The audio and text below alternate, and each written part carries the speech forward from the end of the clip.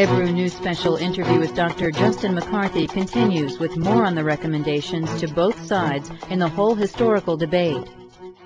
Dr. McCarthy urges Turkish people to be as reasonable as possible against this unjust campaign directed at them, and advises Turkish people and governments to keep communication channels open with the European countries, United States, and Armenia. I would hope that the Turkish government would be as reasonable as it can be.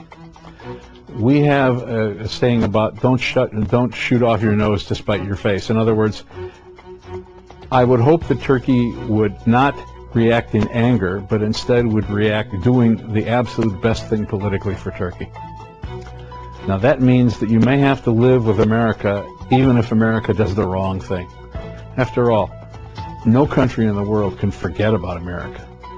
The worst mistake would be if Turkey decided, okay, America doesn't like us, Europe doesn't like us, so we're going to pull ourselves in. We're just going to be just us Turks.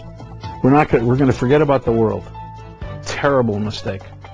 Because the most important thing for Turks, like any people, is making sure your people have a good life, good jobs, good education, enough food. And that means you have to trade with the world.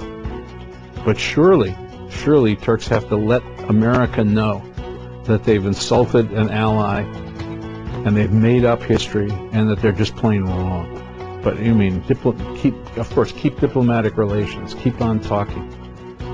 Stay with America because you have no choice. I mean, who are you going to ally with? Iran? What it comes down to is, even if America does stupid things, for Turkey's benefit, Turkey has to stand with America, at least to a certain extent. But for God's sake, tell those congressmen how bad they are and how wrong they were to do that. Tell them how sad you are, but don't throw stones at the American embassy, please.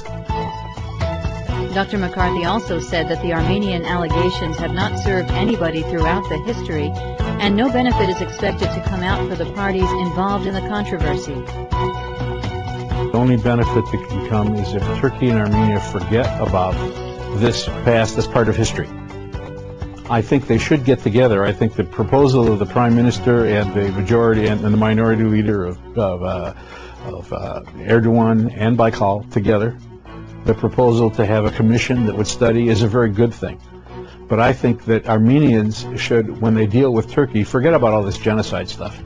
And Turks, the same time, forget about all of that kind of thing and say, what's best for our two peoples?